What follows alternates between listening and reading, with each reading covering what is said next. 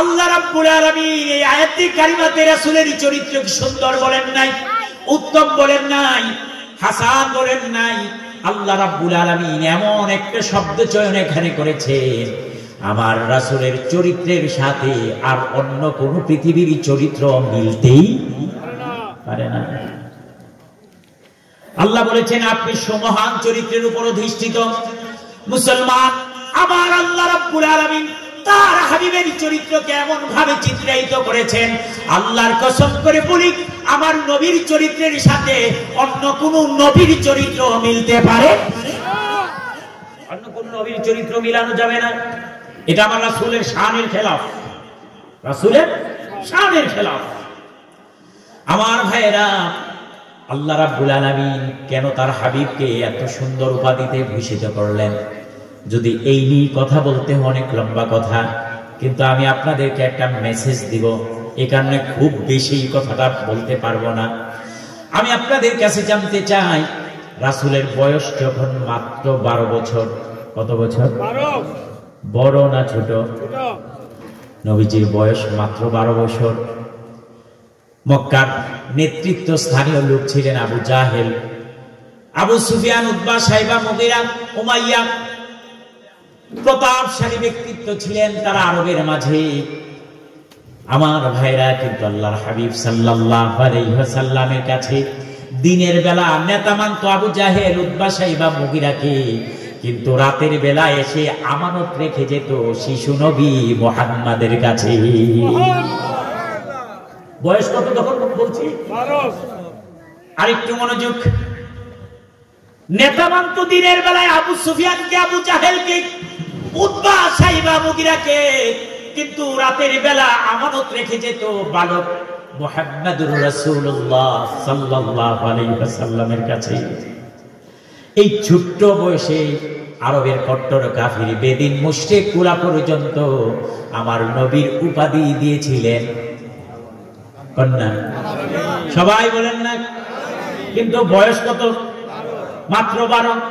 এই 12 বছর বয়সে আল্লাহ রাব্বুল আলামিন আরবের কট্টর কাফের, বেদিন, মুশরিক দ্বারা যেই সমাজের মানুষগুলো প্রকাশ্যে জিনা বিবেচার করত, মায়ের সাথে জিনা করত, আপন বোনের সাথে জিনা করত, কন্যা সন্তান হলে জীবন্ত কবরে দিত, এমনকি উলঙ্গ হয়ে কাবা শরীফ প্রদক্ষিণ করত, সওয়াব হবে এই আশায় সেই সমাজের মানুষগুলা 12 বছর বয়সে আমার নবীর উপাধি দিয়েছেন আল্লাহ আমিন। মানে বিশ্বাসী। আলামিন মানে কি? আমার নবী কম বিশ্বাসী ছিলেন না বেশি? কেমন বেশি বিশ্বাসী ছিলেন একটু শুনুন। আল্লাহর রাসূল নবুয়তের দায়িত্ব পালন করতে শুরু করলেন। 40 বছর বয়সে যখন কোরআন নাজিল হতে লাগলো, নবীজি দাওয়াতের কাজ শুরু করে দিলেন। একজন, দুইজন, তিনজন করে করে ইসলাম গ্রহণ করতে শুরু করলো। বিরোধিতাও শুরু হয়ে গেল। আমার ভাইরা, নবুয়তের 10 বছর বয়সে আল্লাহর হাবিব সাল্লাল্লাহু আলাইহি ওয়াসাল্লামের দুজন কাছের মানুষ ইন্তেকাল করলেন। আম্মাজান খাদিজাতুল কুবরা রাদিয়াল্লাহু তাআলা আনহা এবং আপন চাচা আবু তালেব। যদিও আবু তালেব দ্বীন গ্রহণ করেন নাই, ইসলাম গ্রহণ করেন নাই, কিন্তু নবীজিকে বুকের মাঝে আগলে রেখেছেন 40টা বছর। সুবহানাল্লাহ, 40টা বছর আবু তালেব আল্লাহ রাসূলকে বুকে আগলে রেখেছেন। নবীজির উপর অত্যাচার তেমন হতে দেন নাই। অত্যাচারিত হলেও নিজে বাঁচেন নাই, নিজে পর্যন্ত জেল খেটেছেন 3 বছর। সুবহানাল্লাহ। এই দুজন কাছের মানুষ ইন্তেকাল করলো। নবীজির মন খারাপ। আল্লাহ রাসূল চলে গেলেন তায়েফের ময়দানে। ওখানে গিয়েও নবীজির খুব একটা ভালো লাগে না, তায়েফে চলে গেলেন। দিনের দাওয়াত দিতে শুরু করলেন। 10 দিন ছিলেন তায়েফের ময়দানে, কিন্তু আমার নবীর কথা শুনবে দূরের কথা, তায়েফের মানুষগুলো 1 গ্লাস পানি দেওয়ার মতন নবীজিকে তায়েফে কেউ ছিল না। নাউজুবিল্লাহ। চলে আসলেন নবীজি আবার মক্কাতে। আসার পর এবার মক্কার কাফির বেদিন মুশরিকেরা বলল, এখন উম্মাহাতুল মুমিনিনদের সর্দার খাদিজাও বেঁচে নাই, নবীজির চাচা আবু তালেবও বেঁচে নাই, সুতরাং এখনই তো সময় মুহাম্মদকে শেষ করে দেওয়ার। নাউজুবিল্লাহ বলেন। কারণ খাদিজাতুল কুবরাও নাই, রাসূলের চাচা আবু তালেবও নাই, শেষ করে দেওয়ার এখনই কি সময়, এখনই সময়, একটু মনোযোগ। তারা দারুন নদওয়া নামক বৈঠকখানায় বৈঠকে বসল।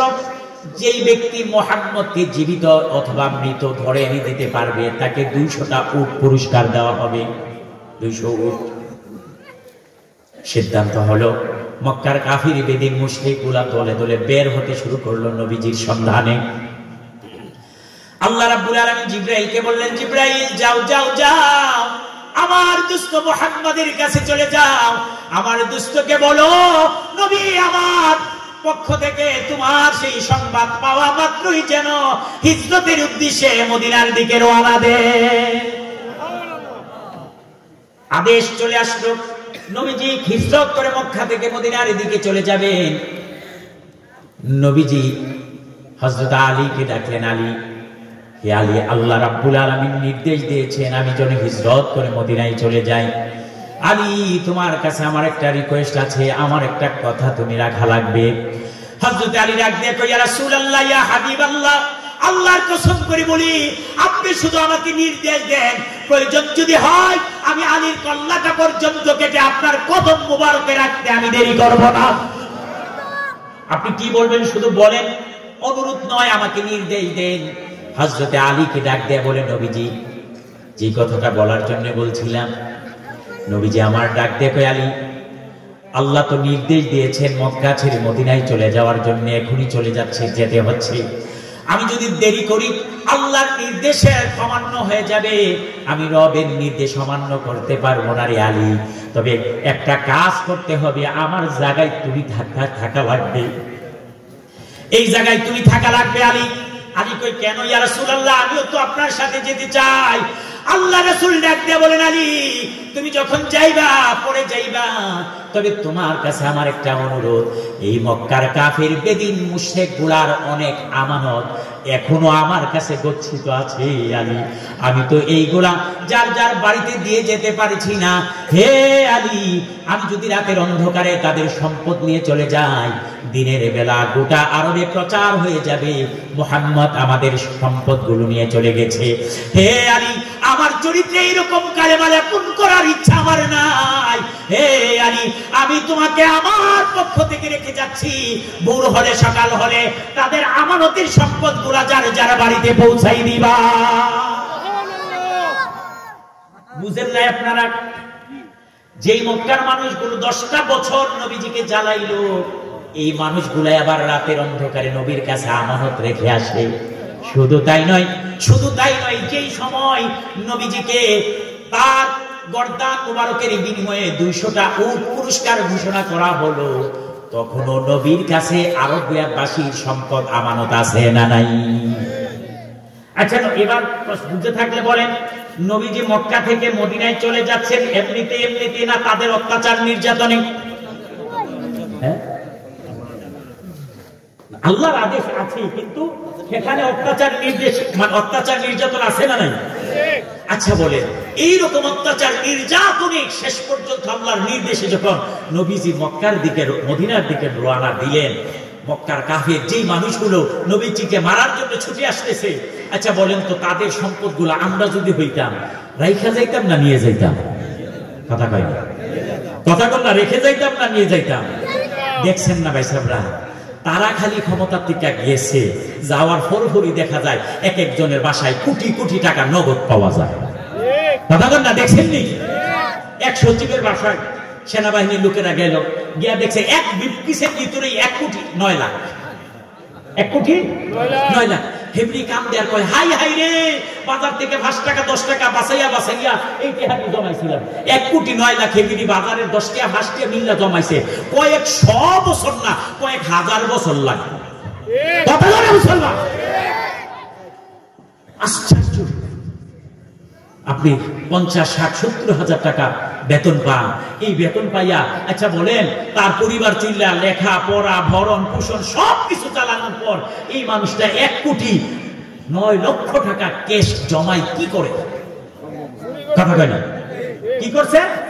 এই মাশাআল্লাহ একজনে কইছে, কই চুরি করছে, সরাসরি এই যে আর অন্য কোন শব্দ নাই।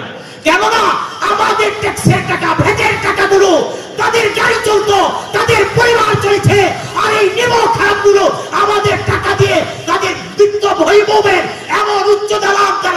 হয়েছে, এখন আমরা হাতে লাগল পাওয়ার সুযোগ নাই, কারণ বাড়ি তো বানাইছি গিয়া বেগম পাড়ায়। কথা বলেন না? বেগম পাড়ায় গিয়া বাড়ি বানাইছি, আমি ধর্ম কি করে ভাইরা?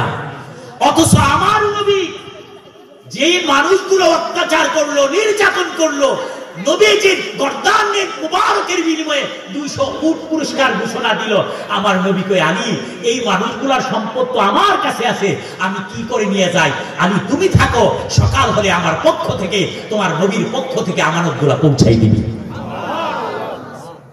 মুসলমান, তাহলে আমার নবীর চরিত্র এই এমন চরিত্র, যেই চরিত্রের সাথে পৃথিবীর অন্য কোন সাধারণ মানুষ তো দূরের কথা, অন্য কোন নবীরও তুলনা হতে পারে কখনোই না। আমরা